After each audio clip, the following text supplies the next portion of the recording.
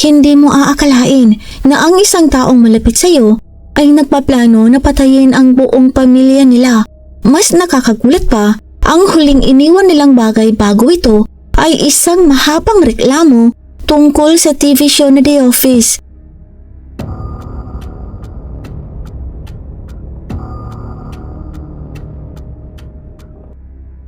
Maraming dahilan kung bakit pumapatay ang tao, ngunit kadalasang malaking factor ay ang deteriorating na kalagayan ng isip.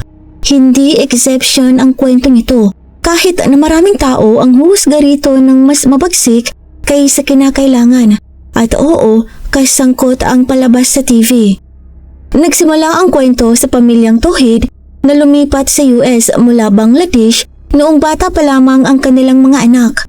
Nakatira sila sa Allen, Texas, malapit sa mga kamag-anak sa Florida. Ang pamilya ay binubuo ng ama na si Islam Tauhid, ina na si Iran Islam, lolang si Alfatun Nisa, panganay na si Tanver at kambal na sina Farhan at Farbin. Mukhang normal ang kanilang buhay, aktibo sila sa komunidad at magaling sa paaralan ng mga bata. Nagbago ang lahat nang magsimulang pumasok si Farhan sa high school. May Reddit account siya sa pangalang Galpicos.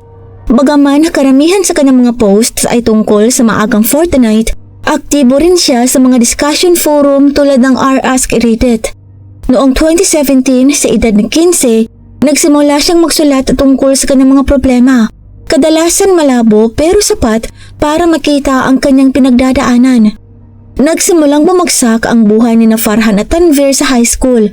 Kalaunan, kinumpirma niya na nagsimula ang kanyang depresyon sa 9th grade at isinulat na para sa mga hindi nakakaalam, may depresyon ako mula pa noong 9th grade, 2016. Hindi yung bumagsak ako sa exam na depresyon. Mas parang 2 beses lang akong nagpakasakit sa sarili ngayon. Mas mabuti iyon kaysa karaniwan. Unang sinaktan ni Farhan ang sarili noong August 22, 2017 at mabilis siyang naging adik sa pakiramdam ng ginhawa na dulot nito. Sa paglipas ng panahon, lumala ito mula sa paminsan-minsan hanggang araw-araw. Minsan maraming beses sa isang araw, minsan sa paaralan. Dahilan upang mamiss niya ang klase. Dati siyang straight A student, pero naapektuhan ng depresyon ang kanyang mga grado. Sa isang post tungkol sa mga dating straight A students, isinulat niyang madali lang kumuha ng A. Pero sa high school na-depress ako. Kaya kong pumasa sa mga quizzes at tests. Pero bumaba ang grado ko sa klase sa B dahil hindi ko na ipasa ang assignments. Una niyang sinisi ang sarili, pero kalaunan, binanggit ang stress dahil sa high expectation ng pamilya. Inilarawan niya ang kanyang work habit sa isang post. Karaniwan akong natutulog 3 to 5 a.m. Nakakakuha ng halos 10 oras na tulog mula Lunes hanggang Biyernes. Mataas ang expectations ng pamilya ko. Pero hindi nila alam na may ganito akong problema. Sila lang ang dahilan kung bakit ako gumagawa ng kahit anong trabaho. Hindi ko lang mahanap ang motivation para mag-excel. Paulit-ulit niyang ipinahayag ang stress at hangarin sa mas simpleng buhay. Inihambing din niya ang sarili sa kanyang mga kaibigan. Ang mga kaibigan ko ay nasa top 5% ng grades namin. Matalino at masipag sila. Hindi ko nagkakawa ng tama ang mga basic na bagay. At nauuwi sa all-nighters bawat linggo. Alam kong hindi ako tanga, pero hindi ko kayang i-motivate ang sarili ko tulad nila. Sinabi ng isang malapit na kaibigan na pinalalaki ni Farhan sa kanyang mga posts ang sitwasyon. Supportive ang kanyang mga magulang at hindi naman siya nasa sobrang pressure. Nahihirapan din ang kapatid ni Farhan na si Tanver sa high school. Matalino pero walang motivation. Madalas siyang bagsak sa mga assignments habang pumapasa sa mga tests. Malinaw na parehong dumaranas ng depresyon sina Farhan at Tanvir kahit hindi nila lubusang inilalarawan kung gaano ito kalala sa Reddit. Karamihan sa kanilang mga posts ay parang pahapyaw lang sa tunay nilang pinagdadaanan. Gayunpaman, paminsan-minsan ay ipinapaliwanag ni Farhan ang kanyang nararamdaman. Inamin niyang maganda naman ang kanyang buhay kung tutuusin, pero hindi pa rin siya masaya. Nang tanungin tungkol sa pinaka-nakakalungkot niyang napagtanto, isinulat niyang kahit na maswerte siyang ipinanganak sa mabuting pamilya, tumira sa maayos na bahay, magkaroon ng mabubuting kaibigan, manirahan sa isa sa pinaka-privileged na bansa sa mundo at may kakayahang ayusin ang kanyang mga problema, masyado umano siyang walang silbi para ayusin ang alinman sa mga yon at hindi pa rin siya masaya. Hindi nagtagal, nagsimulang masira ang ilang bahagi ng kanyang perpektong buhay. Lumayo sa kanya ang tatlo niyang pinakamalapit na mga kaibigan. Sinasabing mahirap makitungo sa taong sobra ang depresyon. Noong una, nagalit si Farhan, pero kalaunan, inamin niyang baka mahirap nga siyang pakisamahan. Noong taglamig na yon, hindi na nagdulot ng ginhawa sa kanya ang pananakit sa sarili at lalo pang lumala ang kanyang kalagayan. Nang tanungin kung bakit hindi pa siya kumikilos ayon sa kanyang depresyon, sumagot siyang dahil ang lahat ng kakilala niya ay makakaramdam ng bahagyang guilt at magdadala ng sakit na hindi naman nila kasalanan habang buhay dahil lamang naging makasarili siya. Ito ay magiging madilim na paunang pahiwatig ng mga mangyayari. Sa kabila ng lahat ay sinubukan ni Farhan na bumalik sa normal na buhay. Noong spring semester, nag-focus siya sa pag-improve ng sarili. Nagsimula siya mag-ehersisyo, pumayat at sinubukang maging hindi na ayon sa kanya, isang nakakahiya at awkward na bata. May kaunti siyang tagumpay. Kalaunan ay sinulat niya, ang senior year ang pinakamagandang taon ng buhay ko. Nagkaroon ako ng girlfriend na sobrang out of my league. Naging programming god at nakabuo ng matibay na bagong grupo ng kaibigan. Pagkatapos, nakapasok ako sa computer science sa UT Austin na malaking bagay. Hindi ko naman talaga pinapahalagahan ng school pero masarap sa pakiramdam na may isang bagay na mahalaga sa iba. Mukhang perpekto ang buhay ko, diba? Oo, yun ang problema. Perpekto ang buhay ko pero depressed pa rin ako. May mga urge pa rin akong saktan ng sarili ko at umiiyak bago matulog. Dinoble ko ang gamot ko na nakatulong pero pansamantala lang. Lahat ng solusyon ay pansamantala. Nagbukas si Farhan sa kanyang ama na naging supportive sa kanya. Ipinadala siya ng kanyang ama sa tinatawag niyang mental health camp. Doon na-diagnose siya ng matinding depresyon at naresitahan ng desvenlafaxine. Nagsimula na rin siyang mag-therapy at sa loob ng ilang panahon, pakiramdam niya ay gumaganda ang lahat. Pagkatapos ng high school, nagpatuloy ang magkapatid. Nag-enroll si Farhan sa University of Texas sa Austin kasama ang ilang kaibigan at nag-focus sa programming, lalo na sa game development. Nag-post siya ng mga proyekto sa GitHub, kabilang ang isang chess game na malamang ay para sa klase. Minsan niyang isinulat na kung may matututunan siyang kahit ano, gusto niyang matutunan ang bawat programming language. Umaasa si Farhan na ang kolehiyo ay magiging panibagong simula. Nag-effort siya nakakuha ng disenteng mga grado at sinubukang kumilos ng normal pero hindi pa rin siya nasiyahan, lalo na sa mismong pag-aaral. Isinulat niyang hindi ko maintindihan kung paano ito nagagawa ng mga tao.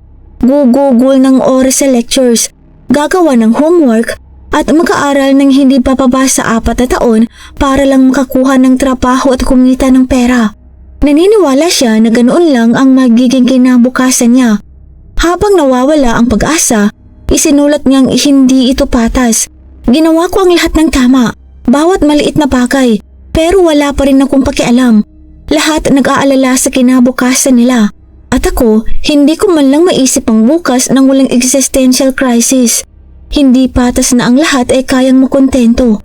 Habang ako, hindi ko man lang maisip kung paano maging masaya. Napansin ng kanyang mga roommates ang pagbabago sa kanyang ugali. Isa ay supportive, habang ang isa naman ay sinisisi siya. Sinabing kailangan lang niya ng mas matinding disiplina. Naisip ni Farhan na baka tama ito. Noong ikalawang semester, sinubukan niyang muli. Mas nag-focus siya sa programming at isinama si Tanver sa kanyang mga proyekto. Magkasama silang gumawa ng 3D graphics engine at ini-upload ito sa GitHub. Ngunit wala pa ring motivation si Farhan sa pag-aaral. Sa huli, kinausap siya ng isa niyang roommate. Nagbukas si Farhan at ibinahagi ang kanyang mga iniisip. Ano man ang sinabi niya, malamang ay nakakaalarma. Dahil makalipas ang ilang linggo, pinaalis siya sa dorm. Mga 1 linggo matapos siyang mapaalis, Nagpasya siyang hindi na niya kayang ipagpatuloy ang kolehiyo at nag-drop out. Nauna nang nag-drop out si Tanver noong sarili nitong freshman noong 2018. Pagkatapos umalis sa paaralan, kaunti lang ang ginawa ni Farhan. Ayon sa kanya, kadalasan ay nasa bahay lang siya at nanunood ng TV kasama si Tanver. Lalo silang na-addict sa panunood sa The Office. Sa panahong yun, napagtanto ni Farhan na mas malala ang kalagayan ni Tanver kaysa sa kanya. Isinulat niyang kung akala ninyo masama ang sitwasyon ko, mas malala ang sa kanya. Henyo siya pero sobrang depressed at socially anxious para may magawa tungkol dito. Dinaanan niya ang parehong pinagdaanan ko pero mag-isa. Noong February 21st, 2021, nilapitan ni Tanver si Farhan na may plano. Kung hindi nila maaayos ang buhay nila sa loob ng isang taon, tatapusin nila ang lahat. Hindi lang ang sarili nilang buhay, kundi pati ang buhay ng kanilang pamilya. Sumang-ayon si Farhan. Ngunit sa totoo lang, hindi aabot ng ganoon katagalang magkapatid. Pagkalipas ng ilang linggo, nagsimulang muling pag-isipan ni Farhan ang ideya ng paghihintay ng isang taon. Isinulat niyang sa huli na pagtanto namin na puro lang kaming nag-aantay ng oras. Napakahaba ng isang taon. Bakit hindi na lang maghintay ng isang buwan? Nagsimula silang magplano.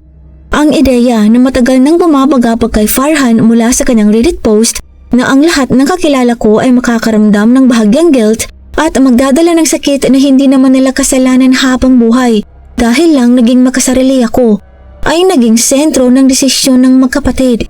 Nagpasya silang hindi iiwan ang kanilang pamilya, isasama nila sila. Simple lang ang plano nila. Una, kailangan nila ng mga baril.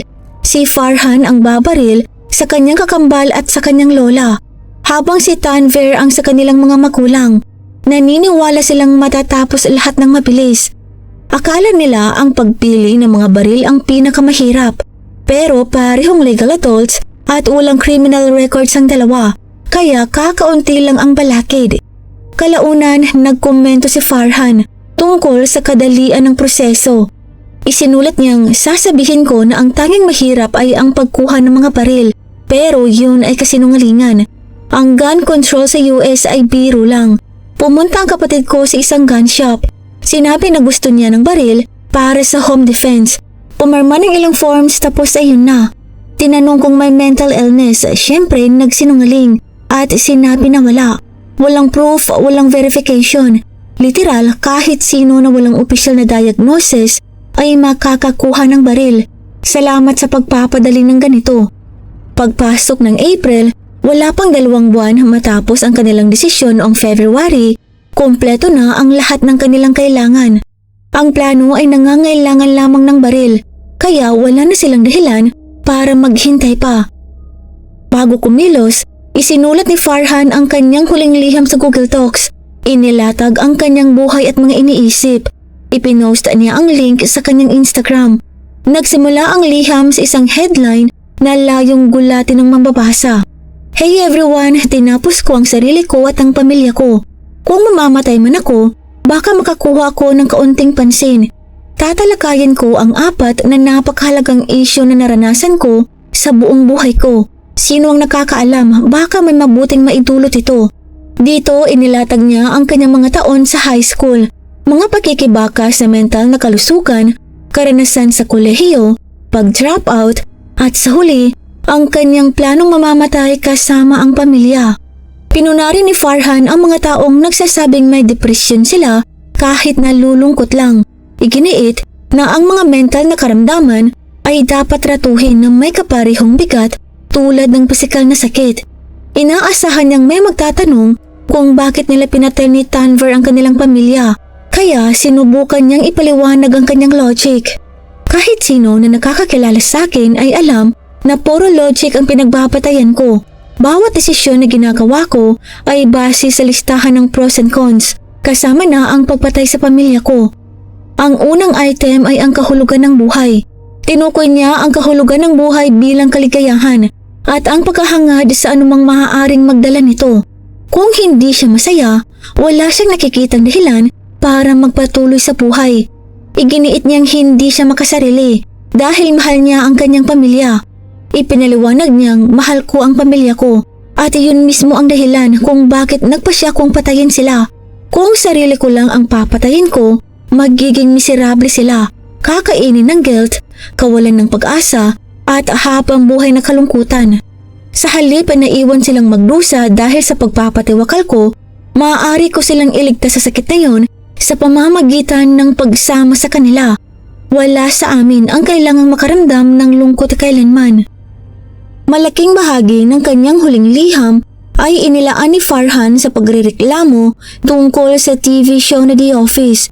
Inihalin tulad niya ang pamumuhay ng hindi masaya sa isang uri ng pagpapahirap.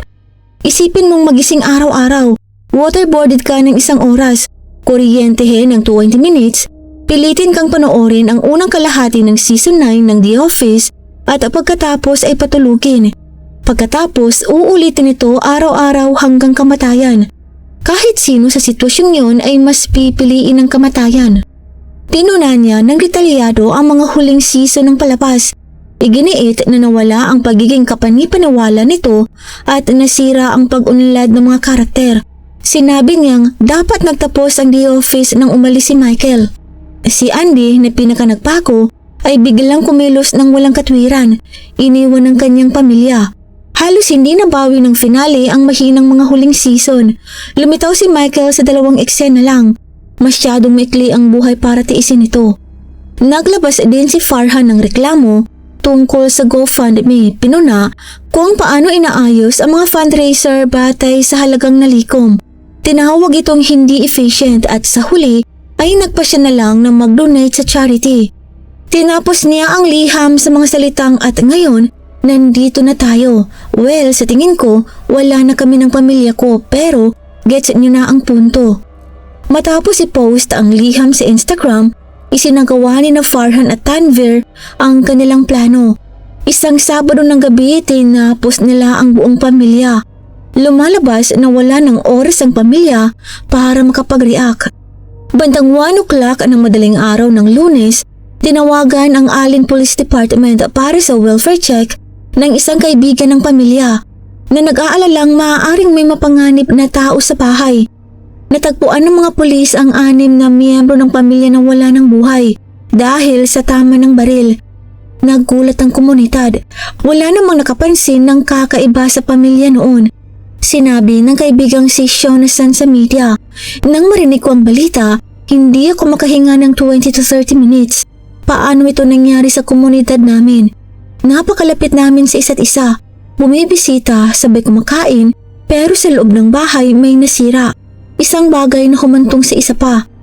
Mabilis na natunto ng pulisya ang krimen sa huling Instagram post ni Farhan na nagligaw sa motibo at pagkakasunod-sunod ng mga pangyayari. Kumalit ang liham online bago ito tinanggal ng Google Docs. Sinabi ni Sergeant John Field ng Allen Police Department na malamang iniwan ni Farhan ng sulat upang marinig ang kanyang boses. Ipinahayag ng kaibigan niyang si Fisa Ramon ang kanyang pagkabigla. Hindi ko pa rin mapagdugtong ang 2 bersyon niya, si Farhan. Yung kilala kong handang makipag-usap ng matagal at tumulong sa kahit sino at iyong taong gumawa nito. Akala niya ipinapakita niya kung gaano niya kamahal ang kanyang pamilya, pero hindi ito makatwiran. Noong Miyerkules matapos matagpuan ang mga bangkay, mahigit 100 katao ang nagtipon sa isang lokal na parke upang parangalan ng pamilya. Dumalo ang mga dating guro, kaibigan ng pamilya at mga pulis sa isang sandali ng katahimikan. Sinabi ng isang leader mula sa Bangladesh Association of North Texas, nagdudusa ang aming komunidad. Ngunit sa gitna ng krisis na ito, natagpuan namin kayo bilang aming pinalawak na pamilya. Isa pang kaibigan ni Farhan mula high school at kolehiyo ang nagsabi, magulo ito. Hindi mo inaasahang magluluksa ka para sa gumawa ng krimen. Akala ko palagi siyang walang pag-iimbot. Kahit noong nag-drop out siya sa kolehiyo, tinulungan niya ako sa isang break-up. Sinabi niyang magpapahinga siya ng 1 taon para malaman ang gusto niya. Pero nagsinungaling siya. Wala siyang plano kundi tapusin ang buhay ng lahat. Ito lamang po para sa araw na ito. Maraming salamat po sa pagsubaybay. At para po sa early access sa ating mga upcoming videos, Join po kayo sa ating Crimes in Tagalog Stories fam. Nasa description po sa ibaba ang link. Ito lamang po para sa araw na ito. Magkita po tayo sa susunod na kwento. At sa muli, mag-ingat po tayong lahat. Paalam!